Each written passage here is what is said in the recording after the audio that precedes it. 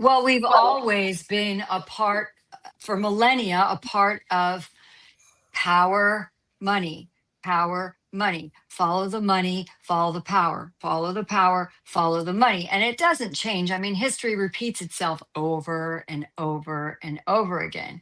Right. To circle back just a minute, if you'd hold on to your thought, Camille, you're talking about AI and things moving forward. But as I kind of alluded to earlier, there are several things that are happening that kind of harken to the past. Slow food movement has become gained a lot of steam. People slow cooking again and getting out their crock pots and smoking food and all that kind of stuff because we enjoy it. And we're kind of getting sick of everything being fast, fast, fast. Just drive through and get crappy food and then carry on with your day. And that transcends into how our health is. And then what was my second point? My second point was, oh, in person, going to more, I think was were we I think we may have been at the goal setting meeting, and I think you might have been there where one of the guests said, he has been completely immersed in social media, and that's been his business for years, since nearly its inception. And now he's going back to in person lectures, in-person seminars, in-person, book releases. So what goes around comes around. And is there a way for us to live peacefully together with both of those things, with fast and slow, you know? Well, I think we're getting comfortable with what works for all of us. Like I see less time being spent on social media, Mm.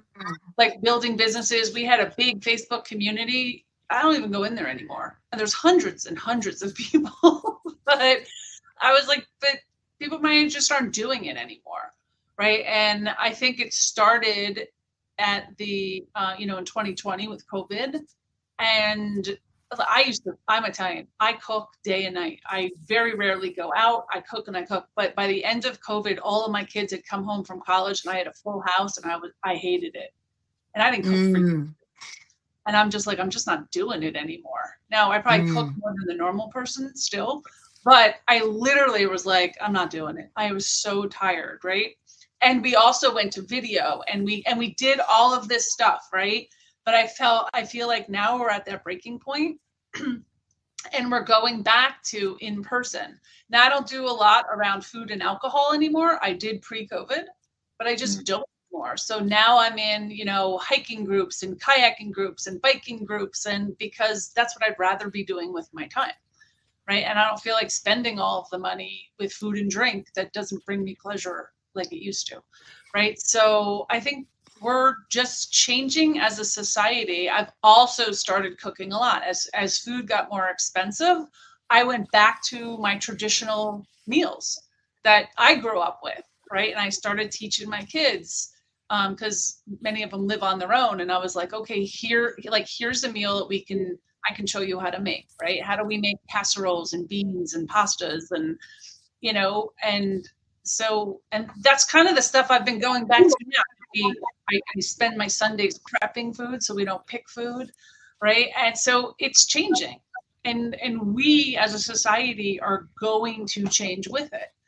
John had mentioned like social media and getting. I have a TikTok problem, which I'm trying to stop now because it's really shortened my attention span. That I've noticeably it's shortened it. But I absolutely love TikTok because I Mm. hear everyone's voice and they are opinions. It's not the news's opinion, which has become opinionated pieces at this point, not fact, Sure. right? Hmm. So TikTok, and especially before they shut it down and kind of relaunched it because it definitely changed, I could hear from anyone all over the world. And I love hearing other parts of the world of what they think about us and what's going on because they're seeing it through cleaner eyes than we are. And I liked that. I like that. I want to see more of that because that's what can change.